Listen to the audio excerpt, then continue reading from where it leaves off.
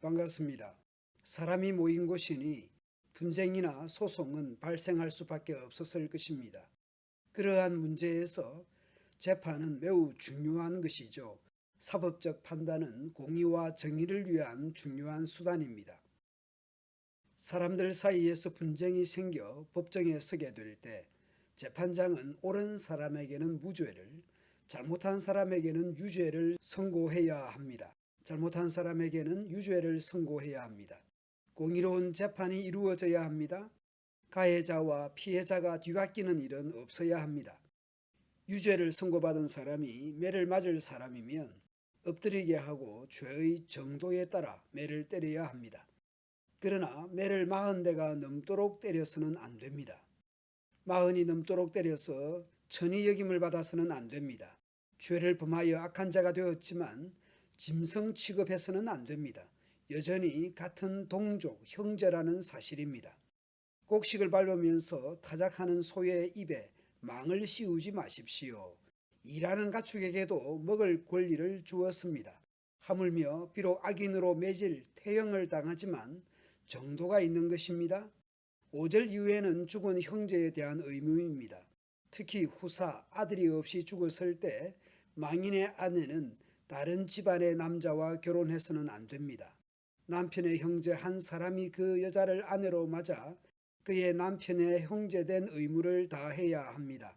마치 형사취수제, 형사취수혼 같은 것입니다.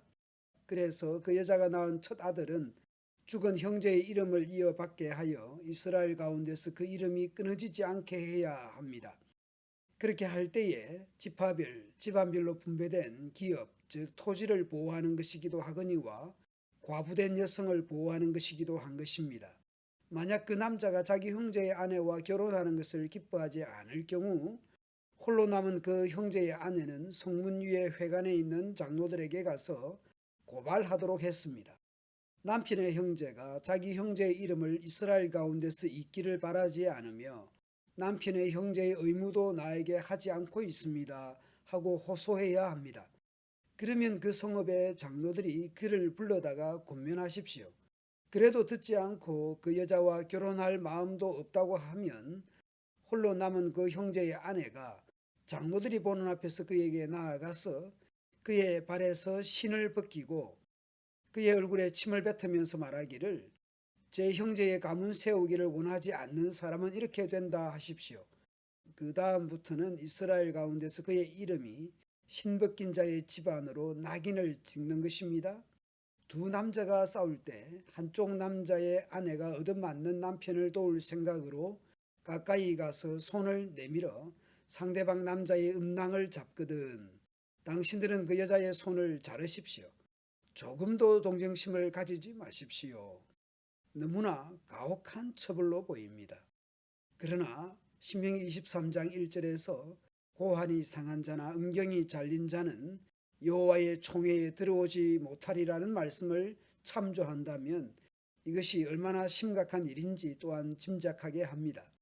13절 이후 공정한 사회를 말씀합니다. 주머니에 크고 또는 작은 다른 저울추를 2개 가지고 있어서는 안 됩니다.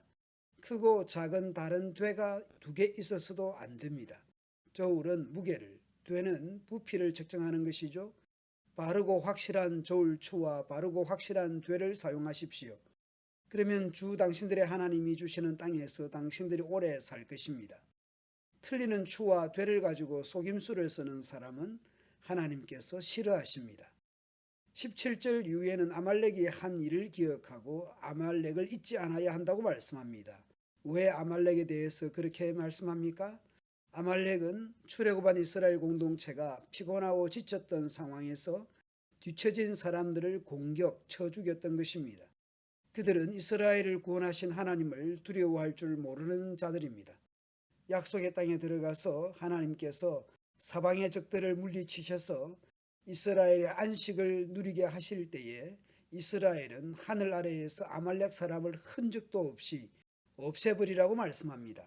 아말렉에 대한 심판을 말씀합니다. 오늘 본문 역시 하나님을 사랑하고 이웃 사랑할 것을 말씀합니다. 이웃 사랑은 사법적 공의와 정의가 요구됩니다. 가해자와 피해자를 구분하고 선인과 악인을 구분하는 사법적 정의가 필요합니다. 처벌할 때도 죄의 정도에 알맞게 처벌하는 것 역시 공의와 인자로 접근해야 합니다. 그리고 집안에서의 형사 치수원 문제 역시 토지에 대한 정의, 과부된 여성에 대한 인애를 동시에 보여줍니다. 개인 간의 상거래 역시 절추와 죄를 속이는 것은 하나님 사랑도 이웃 사랑도 아닌 것입니다. 바르고 확실한 절추와 죄를 사용하는 것은 하나님을 사랑하고 이웃을 사랑하는 또 하나의 모습일 것입니다. 아말렉이 뒤처진 약자들을 공격하여 죽인 것은 하나님 사랑과 이웃 사랑에 반하는 것입니다. 그러니 심판해야 하는 부족입니다. 오늘 우리가 어떻게 하나님을 사랑하며 이웃을 사랑할 수 있을까요? 일단 교통법규를 비롯한 법을 잘 지켜 행하는 것, 속이지 않는 것도 필요할 것입니다. 또한 우리나라의 사법적 정의가 실현되기를 기도하는 것도 하나님을 사랑하고 이웃을 사랑하는 하나의 방법일 수도 있겠습니다. 오늘 입법부의 국회의원 선거가 있는 날이죠. 새로 선출되는 우리나라 입법부 국회의원들이 정의롭고 약자들을 보호하는 법들을 만들고 다듬고 개정하기를 기도하며 하루를 시작합시다. 감사합니다.